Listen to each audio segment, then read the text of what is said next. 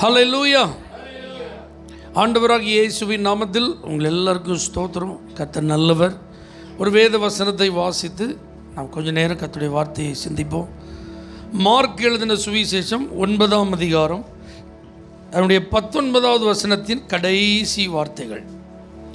Mark 9:19. அவனை என்னிடத்தில் கொண்டு வாருங்கள் என்றார். ஹல்லேலூயா.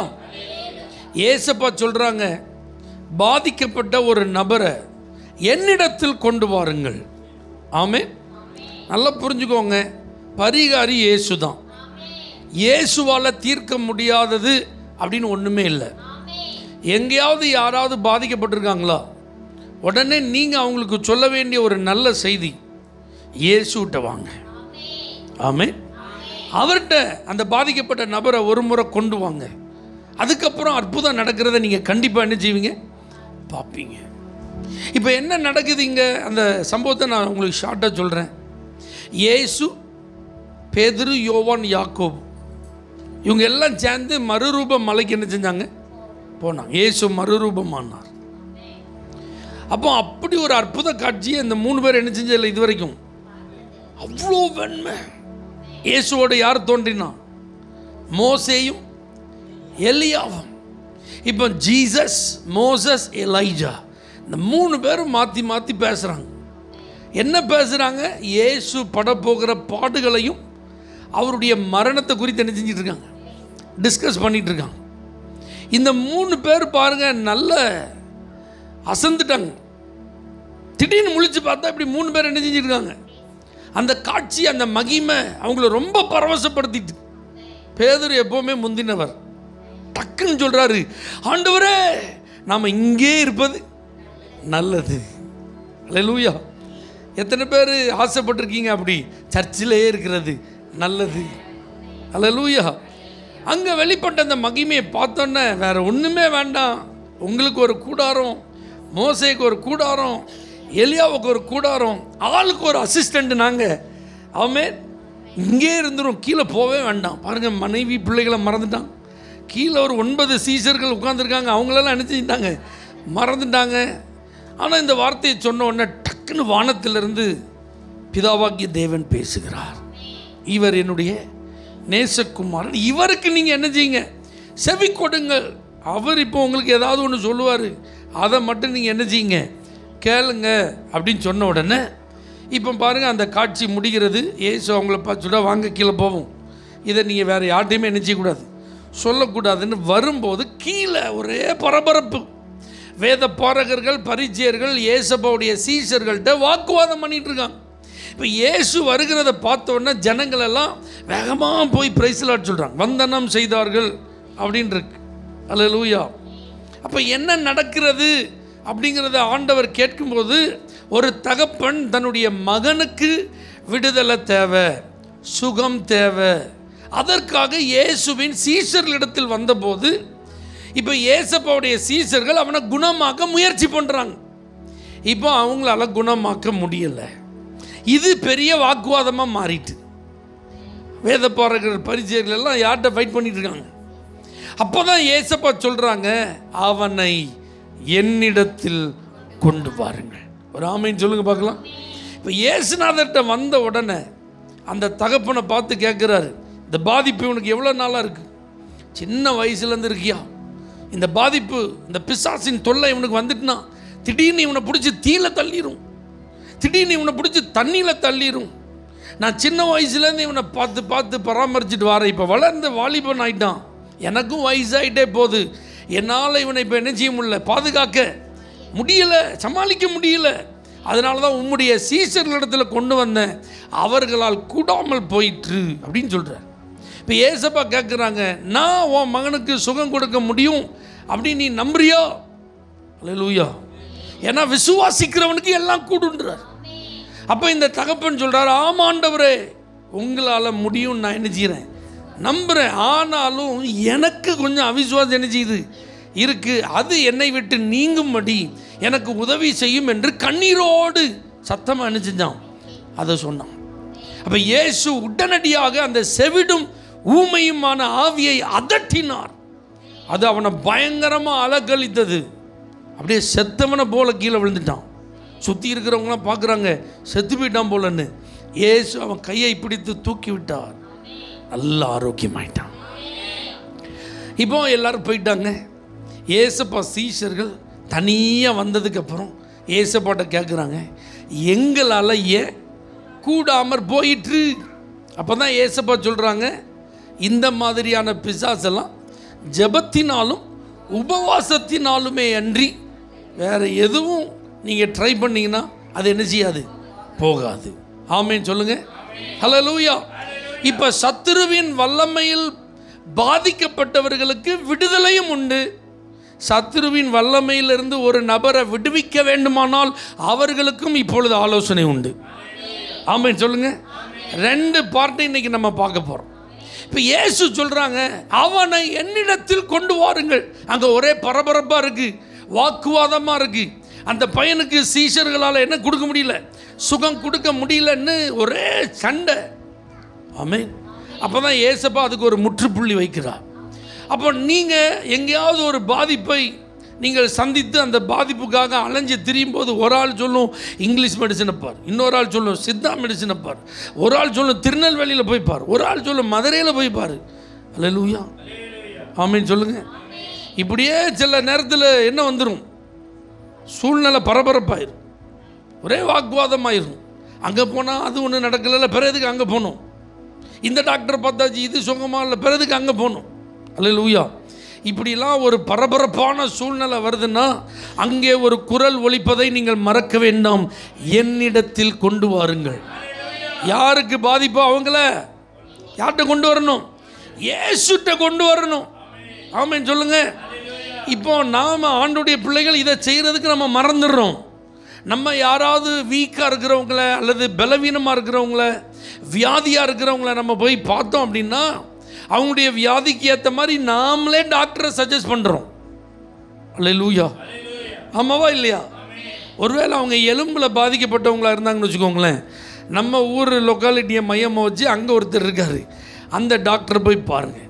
அவர் சூப்பராக நினச்சிவார், ட்ரீட்மெண்ட் பண்ணுவார். அவர் ஆப்ரேஷன் பண்ணால் சக்ஸஸ் தான், ஒரு ஃபெயிலியர் எனர்ஜி அது வராது அப்படின்னு நம்ம அந்த டாக்டர் பேரை சொல்லி அல்லது அந்த மருத்துவமனை பேரை சொல்லி எனக்கு தெரிஞ்ச 4 பேர்னு அதுக்கு ஒரு எக்ஸாம்பிள் சாட்சியெல்லாம் அனுப்பிச்சிவோம், நம்ம சொல்லுவோம். ஆனால் நம்ம ஒரு ஆண்டோடைய பிள்ளையா, நீங்கள் ஒரு தடவை இயேசுநாதர்கிட்ட வாங்க அப்படி எனக்கா சொல்லியிருக்கோமா?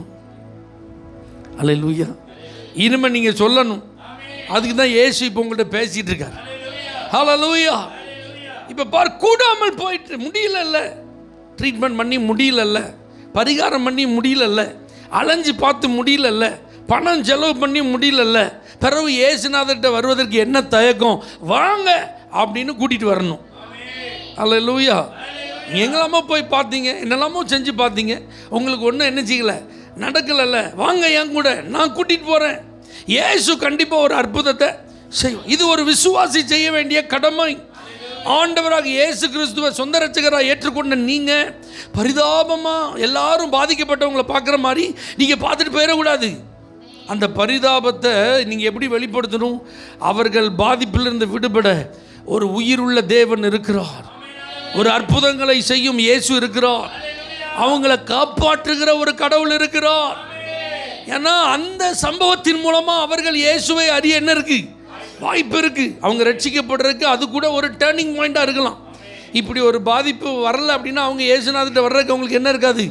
அந்த சந்தர்ப்பத்தில் நீங்கள் தான் அவர்களை இயேசுவினிடத்தில் அழைத்து வருகிற ஒரு நபராகவும் இருக்கலாம்.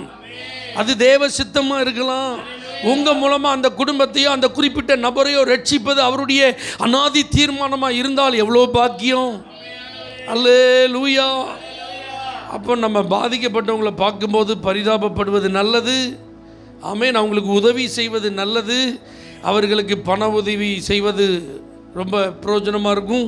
பழங்களெல்லாம் வாங்கிட்டு போய் பார்க்குறது ரொம்ப ஆசீர்வாதமாக இருக்கும்.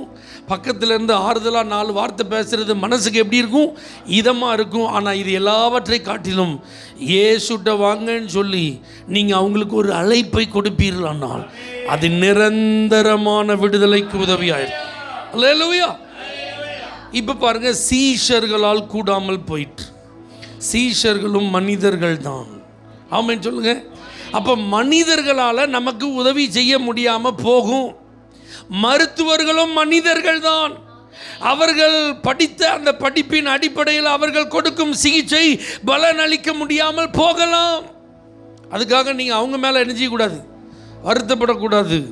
ஆமென். இங்கே அதனால தான் பிரச்சனை, ஒரே வாக்குவாதமாக இருக்குது. அது என்ன உங்கள் சீசர்கள் ஜோம் பண்ணாங்க, ஒன்றுமே என்ன செய்யல, நடக்கலை. ஆமென் சொல்லுங்கள். சீசர்களும் மனிதர்கள் தான்.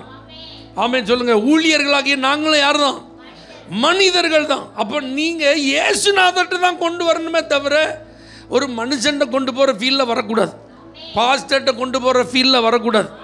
இப்போ நாங்கள் கர்த்தருடைய கிருபையினால் நீங்கள் கொண்டு வரும்போது ஆண்டவருடைய பிரதிநிதிகளாக இருந்து அவருடைய சார்பில் அவர்களுக்காக நாங்கள் என்ன செய்கிறோம், பாரப்பட்டு ஜெபிக்கிறோம். சுகம் கொடுக்கிறது யார் தான், கர்த்தர். அல்லேலூயா.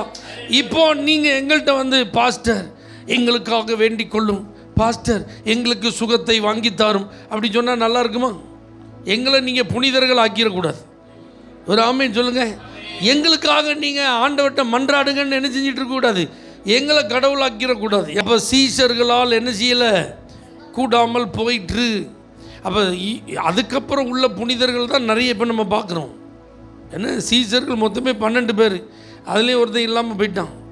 அந்த ஆட்களை காட்டிலும் இப்போ நிறைய புனிதர்கள் என்ன செஞ்சிட்டாங்க, லிஸ்ட்டில் வந்துட்டாங்க. அப்போ அவங்க பெயரால் நீங்கள் வேண்டிக் கொள்ளும் போது அற்புதம் என்ன செய்யாது, நடக்காது. இயேசு ஒருவரே ஆண்டவர், இயேசு ஒருவரே பரிகாரி, இயேசு ஒருவரே சுகத்தை தருகிறவர். அதனால தான் அவர் சொல்றார், என்னிடத்தில் கொண்டு வாருங்கள். இப்போ அந்த மகனை கொண்டு வரும்போது தகப்பனுடைய உதவியோடு தான் என்ன செய்கிறாங்க, கொண்டு வருகிறார்கள். இப்போ இந்த பாதிப்பு பாருங்கள், சின்ன வயசுல இருந்தே இருக்கு. அப்போ ஏசப்பாட்ட கொண்டு வரப்படுகிற நபருடைய பாதிப்பு எவ்வளோ பெரிதாக இருந்தாலும் அது ஒரு பொருட்டல்ல. அது எவ்வளவு வருடங்கள் இருந்தாலும் அதுவும் ஒரு பொருட்டல்ல. இதுவரைக்கும் யாராலும் அதை தீர்க்க முடியலனாலும் அதுவும் பிரச்சனை இல்லை. ஹல்லேலூயா. அப்போ நீங்கள் ஆண்டவர்கிட்ட வரும்போது எப்படி வரணும்னா ஒரு நல்ல நம்பிக்கையோடு வரணும், ஒரு விசுவாசத்தோடு வரணும்னு பைபிள் லாங்குவேஜில் சொல்கிறோம்.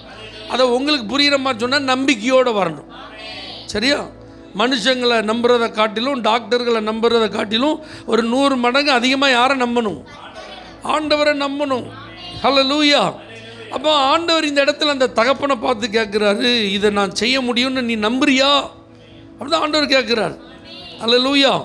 அவர் சொல்கிறார், அந்த தகப்பன் பாருங்கள் ஒரு ரெக்வஸ்ட் பண்ணுறார், நீர் ஏதாகிலும் செய்யக்கூடுமானால் எங்கள் மேல் மனதிறங்கி எங்களுக்கு உதவி செய்ய வேண்டும் என்றான். ஹல்லேலூயா.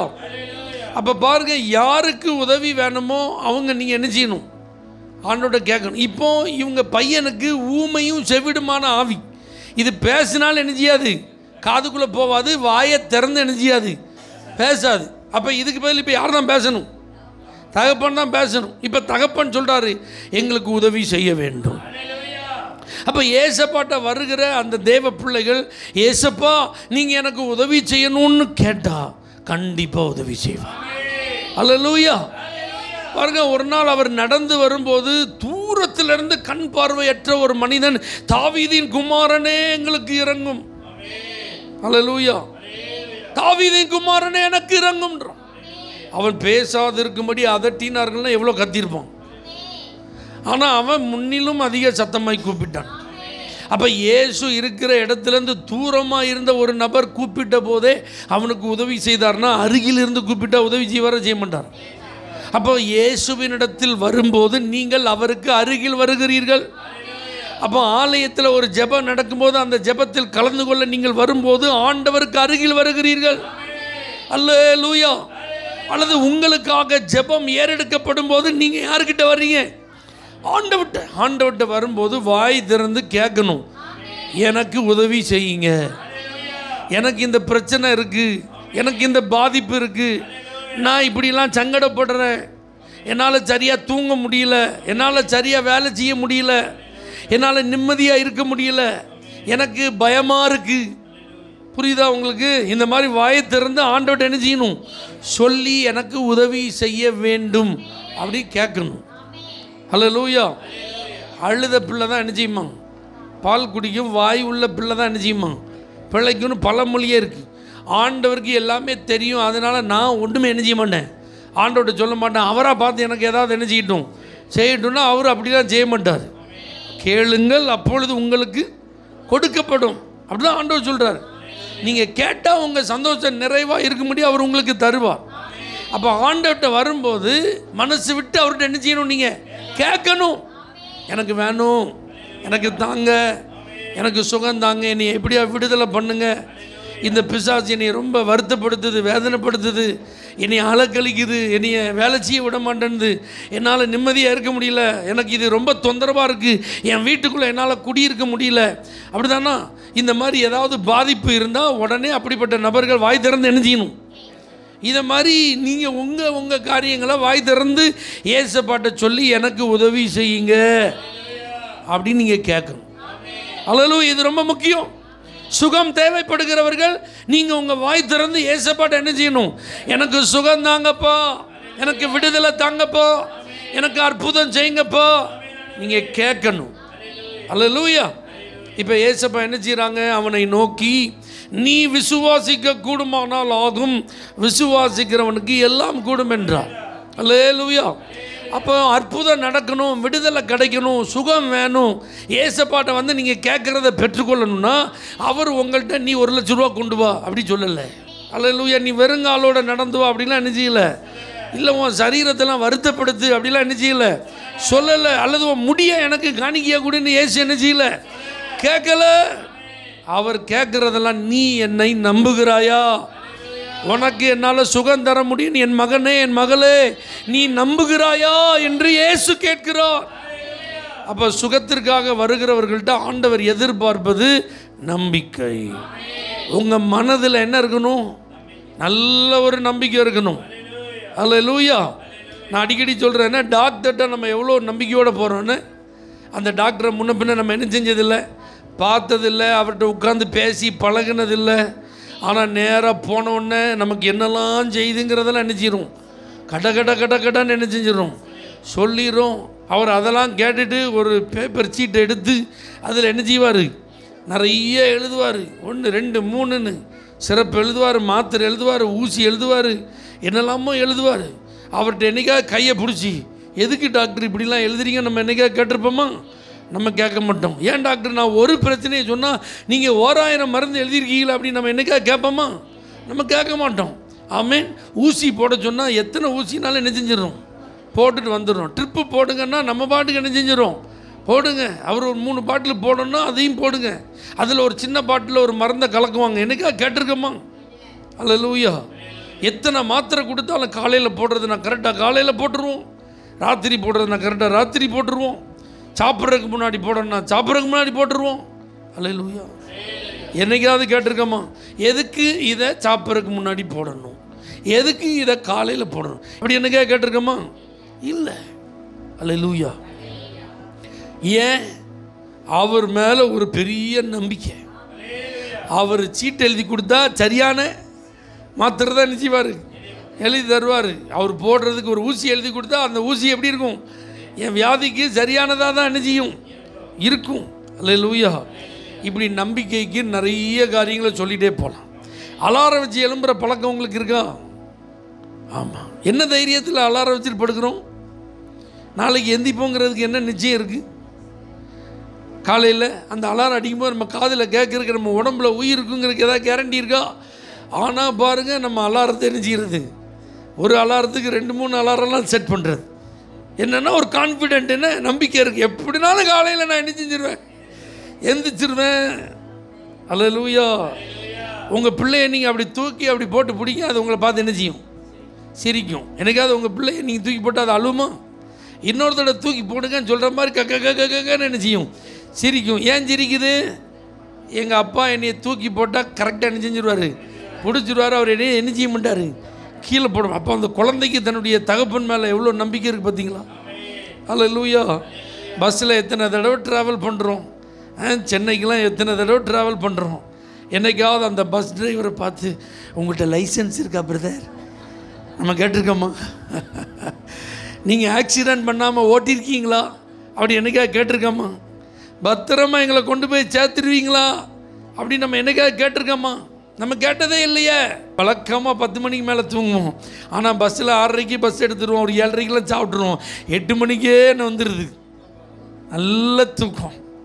அந்த பஸ்ஸு பள்ளத்தில் இறங்கினா என்ன, மேட்டில் இறங்கினா என்ன, வலது பக்கம் வளைஞ்சி போனா என்ன, இடது பக்கம் வளைஞ்சி போனா என்ன, நம்ம படுத்து நிம்மதியாக செஞ்சிருவோம். என்ன நம்பிக்கை பார்த்தீங்களா அந்த டிரைவர் மேலே என்ன. ஆனால் இந்த இயேசுவை நம்புன்னு சொன்னால் மட்டும் உங்கள் சர்ச்சுக்கு வந்தால் சுகம் கிடச்சிருமா? எனக்காக உங்கள் பாஸ்ட்டு ஜோம் பண்ணால் சுகமாயிருமா? இந்த எண்ணெயை பூசினா சரியாக போயிருமா? உங்கள் சர்ச்சுக்கு நாங்கள் இனிமேல் ரெகுலராக வந்தால் எல்லாம் சரியாயிருமா? உங்கள் ஆண்டவர் அப்படி எங்களை காப்பாற்றிடுவாரா?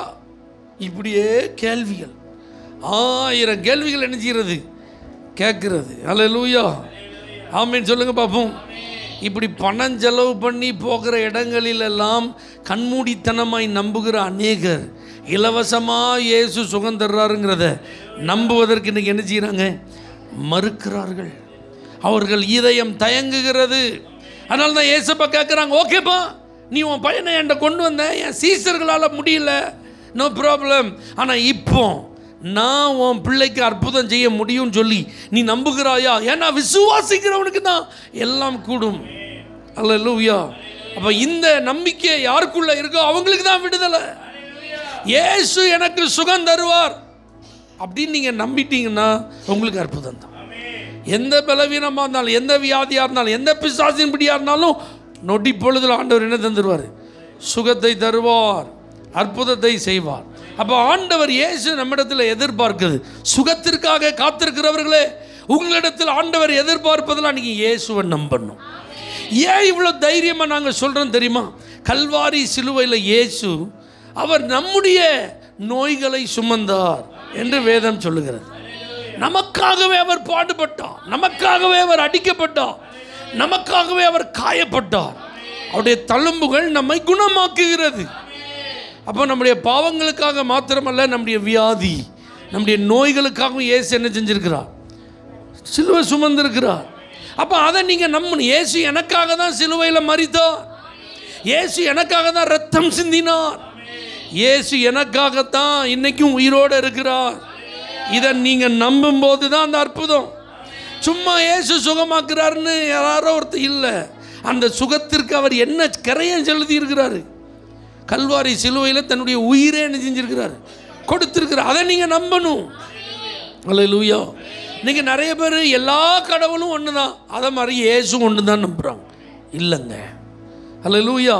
10ஓட 1, 11 அத்தோட இது ஒன்றுன்னு சொல்லி இயேசுவை எல்லாரோட மிக்ஸ் பண்ண முடியாது. பைபிள் சொல்லுது, அவர் ஒருவரே ஆண்டவர். வானத்தின் கீழே பூமியிலே அவருடைய நாமமே அல்லாமல் மனிதர் ரட்சிக்கப்படுவதற்கு வேறே நாமம் கட்டளையிடப்படவில்லை. ஹல்லேலூயா. அப்போ இந்த இயேசு ஒருவரே ஆண்டவர், அவர்தான் என்னுடைய பரிகாரியாகிய கர்த்தர். இதை நம்பணும். இயேசப்பாவுக்கு ஒரு நாமம் இருக்கு, யெகோவா ராஃபா. அதனுடைய மூல பாஷையில் இருக்கிற அர்த்தத்தை சொல்லும்போது ஒரு பிரசங்கத்தை நான் கேட்கும்போது அதில் ஒரு தாட் சொன்னாங்க, ரொம்ப ஆச்சரியமாக இருந்தது.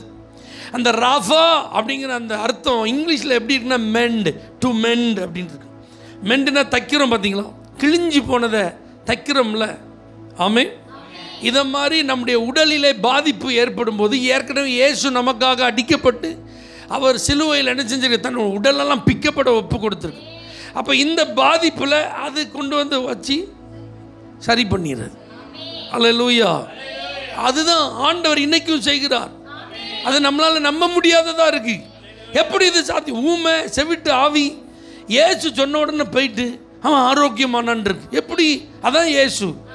அப்போ நம்ம காரணங்களை கேட்டுக்கொண்டு இருக்காமல் எனக்காக இயேசு செய்த அந்த விலைக்கிரயத்தை நான் நம்பி ஆண்டவரால் கூடும் அப்படின்னு சொல்லும்போது ஆண்டவர் அற்புதம் செய்கிறார்.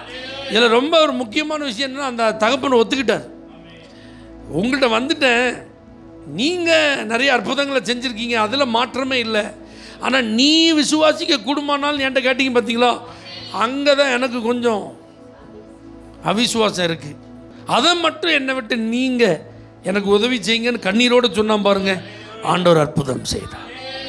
ஏன்னா இந்த இயேசுவோடு அவனுக்கு நெருக்கமான தொடர்பு இல்லை, நெருக்கமான உறவு கிடையாது, வேதம் தெரியாது அவனுக்கு. இந்த ஆண்டவருக்கு வந்து ஜஸ்ட் கேள்விப்பட்டிருக்கான், அவ்வளோதான். அல்லேலூயா. அப்போ முதல் முறையாக நீங்கள் ஆண்டவரை கேள்விப்படும் போது உங்களுக்கு பெரிய லெவலில் அவர் மேலே என்ன வராது? நம்பிக்கை வராது. ஏதோ சொன்னதுனால நான் வந்திருக்கேன் அப்படி தான் இருக்கும். ஏதோ கேள்விப்பட்டதுனால வந்திருக்கேன், ஏதோ வேறு வழி இல்லாமல் நான் என்ன செஞ்சுருக்கேன் வந்திருக்கேன், ஏதாவது ஒரு அற்புதம் நடந்தால் போதும்னு நான் வந்திருக்கேன், அப்படி தான் இருக்கும். ஆனால் ஆண்டவர் அந்த நம்பிக்கை அப்படின்னு ஒன்றை எதிர்பார்க்கிறார். அப்படி சொல்லும்போது நீங்கள் உண்மையிலேயே உங்களுக்கு நம்பிக்கை இருக்குதா இல்லையாங்கிறத செக் பண்ணி, எனக்கு கொஞ்சம் நம்பிக்கை குறைவாக இருக்குன்னு ஒத்துக்கொண்டால் உங்களுடைய நம்பிக்கையின்மையை மாற்றி உங்களுக்கு அவரால் ஒரு அற்புதம் செய்யும். அல்லேலூயா. இந்த தகப்பனுடைய அவிசுவாசத்தை கர்த்தர் நீக்கி அந்த தகப்பன் கண்காண அந்த மகனை குணமாக்கினார். சந்திர ரோகியாயிருந்த அவருடைய மகன் இப்போ ஆரோக்கியமாக இருக்கிறார். பிசாசினால் பாதிக்கப்பட்ட அந்த மகன் இப்பொழுது விடுதலையாக்கப்பட்டு இருக்கிறான். இப்போ அந்த தகப்பனுக்கு எப்படி இருக்கும் யோசிச்சு பாருங்க, ரொம்ப ஹாப்பியாக இருக்கும். இயேசு இப்படி தான் இன்றைக்கும் தன்னிடத்தில் வருகிறவர்களுக்கு அற்புதமான விடுதலை கொடுக்கிறார், தெய்வீக சுகத்தை தருகிறார். நீங்கள் இன்னைக்கு விசுவாசித்தால் இந்த தேவ மகிமையை கண்டு சுகத்தை பெற்றுக்கொள்ளலாம். ஆமென். இப்போ இந்த பலவீனத்திலிருந்து விடுபட மற்றவர்களுக்கு உதவி செய்யணும். நம்ம இயேசு அப்படி தான் சொல்லியிருக்கிறார். நீங்கள் வியாதிப்பட்டவர்களை பார்த்து நீங்கள் அவங்களுக்காக ஜெபம் பண்ணுங்க. பிசாசின் பிடியில் அகப்பட்டவர்களுக்காக என்ன செய்யுங்க?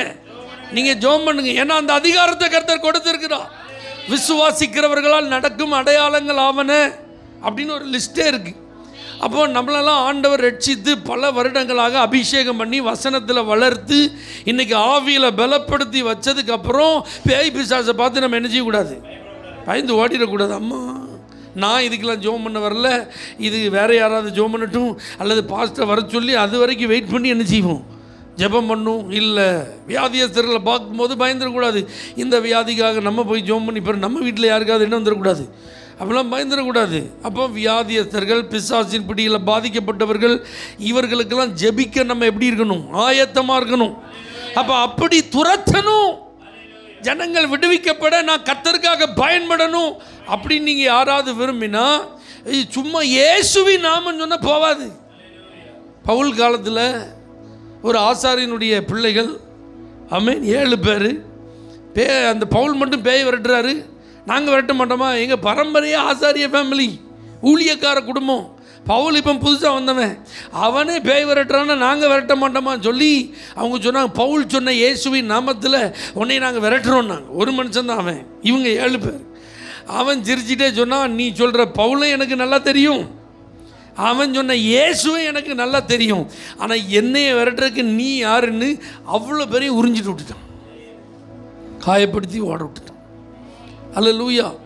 அப்போ இன்றைக்கி நாம் நினைக்கிற மாதிரி இயேசுவின் நாமம் அப்படின்னு சொன்னோன்னே என்ன ஓடாது? பேய் ஓடாது. இயேசுவின் ரத்தம், இயேசுவின் ரத்தத்தால் ஜெயம் தெளிக்கிற, ரத்தத்தை தெளிக்கிறனால என்ன செய்யாது? ஓடாது. அது சொல்லு, நிறைய ரத்தத்தை பார்த்துருக்கேன் அப்படி. இதெல்லாம் எப்போ யூஸ்ஃபுல்லாக ஆகும், இது எப்போலாம் பவர்ஃபுல் ஆகும்னா, இந்த இயேசுவின் நாமத்தை பயன்படுத்துகிற நபர், இயேசுவின் இரத்தத்தை பயன்படுத்துகிற நபர், அபிஷேகத்தில் நிரம்பி இருக்கிற நபர், நல்லா ஜெபம் பண்ணுகிறவரா, உபவாசத்தோடு ஜெபம் பண்ணுகிறவரா இருக்கும்போது அந்த நபருக்கு முன்பாக அசுத்த வல்லமைகள் நிற்க முடியாது. அந்த நபர் வந்து நின்னாலே போதும், எரியுது, நான் போகிறேன், என்னைய விட்டுரு, அது பாட்டு போயிடும். ஆமென் சொல்லுங்க பார்க்கலாம். அப்போ நாம் ஆண்டுடைய சமூகத்தில் அதிகமாக என்ன செய்யணும்? அமர்ந்திருந்து ஜெபம் பண்ணணும். அல்லேலூயா. இன்னும் கொஞ்சம் தனித்து நேரம் எடுத்து உபவாசம் பண்ணி ஜெபம் பண்ணி கர்த்தரிடத்திலிருந்து கிருபைகளையும் வரங்களையும் என்ன செய்யணும்? பெற்றுக்கொள்ளணும். அப்போ தான் இந்த மாதிரி பிசாசின் பிடியில் அகப்பட்டவர்கள், வியாதியஸ்தர்கள், இவர்களுக்காக ஜெபிக்க வேண்டிய ஒரு சூழ்நிலை வரும்போது கர்த்தர் அற்புதங்களை செய்து தம்முடைய நாமத்தை மகிமைப்படுத்துவார். ஏன்னா இன்றைக்கி விடுதலையை கொடுக்கறதும் சுகமாக்குறதும் பெயர் பிரஸ்தாபத்து கிடையாது. நான் யார் தெரியுமா? வரம் பெற்ற ஒரு நபர் என்று காண்பிப்பதற்கு கிடையாது. இயேசு என்கிற ஒரு உயிருள்ள தேவன் இருக்கிறார் என்று அவரை மகிமைப்படுத்துறதுக்கு தான் நமக்கு அந்த கிருபை, அதுக்கு தான் அந்த வல்லமை, அதுக்கு தான் அந்த வரம். அல்லேலூயா. சும்மா நான் பெரிய வல்லமையான ஒரு ஆள்னு காட்டுறதுக்கு அப்படின்னா அது யாருன்னு காட்டிட்டு போயிடும். அல்லேலூயா. அதனால் பிசாசோடு எதிர்த்து நிற்க நீங்கள் திராணி உள்ளவர்களாக இருக்கணும். அவனுக்கு எதிர்த்து நின்னா அவன் கண்டிப்பாக என்ன செஞ்சிருவான்? ஓடிடுவான். இதெல்லாம் பைபிள் சொல்லுது. அப்போ எதிர்த்து நிற்கிறவங்க யாராக இருக்கணும்? ஜெபிக்கிறவர்களாக இருக்கணும். உபவாசித்து ஜெபிக்கிறவங்களா இருக்கணும். அப்போ உங்கள் வீட்டுக்குள்ளே என்ன வராது? நான் சொல்கிறத நல்லா புரிஞ்சுக்கோங்க. நீங்கள் அடுத்த ஆளுக்கு பேயை விரட்டுறீங்களோ இல்லையோ, உங்கள் வீட்டுக்குள்ளே பேய் வராமல் விரட்டணும். அல்லேலூயா. உங்கள் எல்கைக்குள்ளே சத்துரு வராமல் நீங்கள் அவனை துரத்தணும். உங்கள் வேலை ஸ்தலத்தில், உங்கள் தொழில் ஸ்தலத்தில், உங்கள் கைகளின் கிரியையில், உங்கள் சரீரத்தில் பாதிப்பையோ, உங்கள் பொருளாதாரத்தில் ஒரு நஷ்டத்தையோ எதுவும் சத்துரு என்ன செய்யக்கூடாது? ஏற்படுத்தக்கூடாது. அப்போ அவனுடைய வல்லமையை நிர்மூலமாக்கி ஜெபிக்க நீங்கள் எப்படிப்பட்டவங்களாக இருக்கணும்? திராணி உள்ளவங்களாக இருக்கணும். அப்போ நீங்கள் அதுக்காகவாது நல்லா ஜெபம் பண்ணணும். அதுக்காகவாது ஒரு நாள் உபவாசம் பண்ணி என்ன செய்யணும்? ஜெபம் பண்ண. என்னையும் என் குடும்பத்தையும் என் பிள்ளைகளையும் எனக்கு உண்டான எல்லாவற்றையும் நீங்கள் பாதுகாத்து கொள்ளுங்க, வேலி அடைத்து கொள்ளுங்க அப்படின்னு ஒரு நாள் அதுக்குன்னு ஜெபம் பண்ணணும். ஃபாஸ்டிங் இருந்து என்ன செய்யணும்? ஜெபம் பண்ணணும். அப்போ தான் கர்த்தருடைய பாதுகாப்பு, சத்துருவின் பிடியிலிருந்து நமக்கு பாதுகாப்பு, சத்துரு உள்ள நுழையாதபடிக்கு நமக்கு பாதுகாப்பு கிருபையாக நமக்கு கிடைக்கும். ஏன்னா அவன் சுற்றிட்டே இருக்கிறான். எப்போ வாய்ப்பு கிடைக்கும், எங்கே வாசல் திறந்துருக்கு, எப்போ நமக்கு இவங்க இடம் கொடுப்பாங்க, இது அவனுடைய வேலை. இரவும் பகலும் அவன் அதை தான் ட்ரை பண்ணிகிட்டே இருக்கான். ஆண்டவர்கிட்ட போய் நம்மளை குறை சொல்லி குற்றம் சொல்லி ஏதாவது பண்ணி நமக்குள்ளே வந்து வேலையை காட்டிடலாமா நம்ம என்ன செய்யணும்?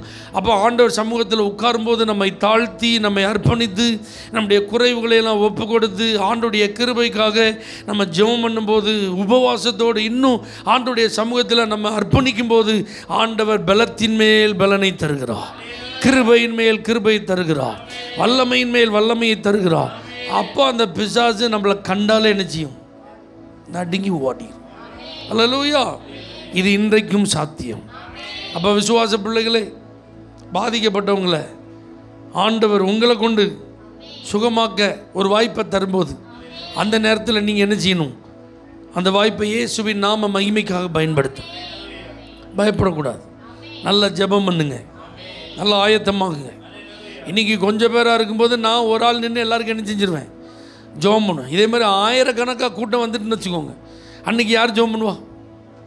நீங்கள் தான் ஜெபம் பண்ணணும்.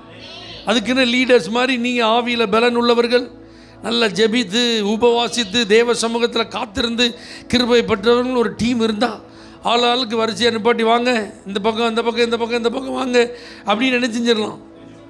எவ்வளோ பெரிய நல்ல தரிசனமாக இருக்கா? அல்லேலூயா. இந்த தரிசனத்துக்கெல்லாம் உங்களுக்கு வாய்ப்பு இருக்கா? ஆமென் சொல்லுங்க. அல்லேலூயா. கர்த்தர் அப்படியெல்லாம் நம்மை பயன்படுத்த விரும்புகிறார்.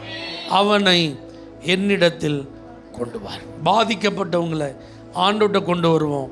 அற்புதங்களை செய்கிறவர் அவர். கண்களை மூடி நாம் ஜெபிப்போம். பிள்ளைகள் எல்லாரையும் பிசாசை எதிர்த்து நிற்க திராணி உள்ளவர்களாய் மாற்றும். நல்ல ஜெபத்திலும் உபவாசத்திலும் அதிகப்படியான நேரங்களை செலவு செய்து சத்துருவின் கிரியைகளை நிர்மூலமாக்கும் கருவிகளாக இவர்களை பயன்படுத்தும். யார் இன்மை பாதிக்கப்பட்டாலும் அவர்களை உம்மிடத்தில் நாங்கள் அழைத்து கொண்டு வருவோம் ஆண்டவரே. அந்த கிருபைகளையும் எங்களுக்கு நீத்தார். குணமாக்கி அற்புதம் செய்து விடுதலையாக்கி சுகம் கொடுத்து உம்முடைய திருநாமத்தை மகிமைப்படுத்தும். இயேசுவின் நாமத்தில் பிதாவே. For prayer contact, Pastor J. Kumar, El Shaddai Ministries, 9500252586, Surandai.